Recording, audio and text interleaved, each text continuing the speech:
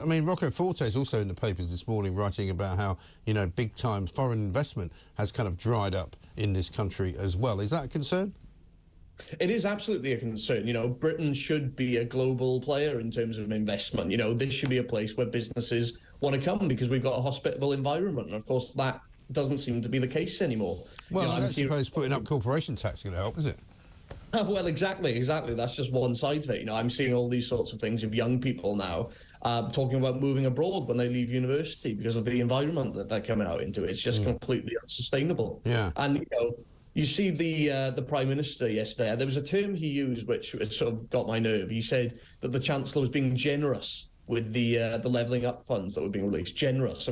And that implies, of course, that this is just government money, when we know it's not. Well, it's taxpayers. I made this point yesterday. You know, they keep talking about government funding and, you know, the government being, as you say, generous to all of these different projects, some of which, by the way, seem to be, frankly, very, very expensive for what you get. And I make no apology for reiterating my horror at the idea of a footbridge being built across the rail tracks at Peterborough costing 49 million quid. I fail to see exactly how that's going to benefit the country, but there we are. What do I know? But it's our money. I keep saying this, and I say, you know, it's coming out of our pockets and it's being given, and I'm quite happy to see the government supporting parts of Britain that might need some help. But, you know, a carbon-neutral university in Blackpool, the place which has the lowest life expectancy in England, they might have other priorities.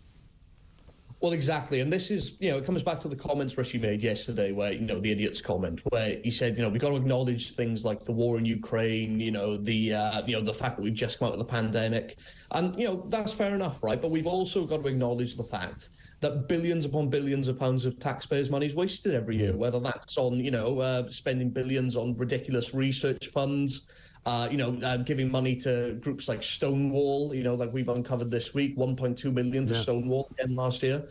You know, it's all of these things add up, and we're supposed to just acknowledge, well, we're supposed to not acknowledge that these things happen. Yeah. And we're supposed to carry on funding this infinite spending.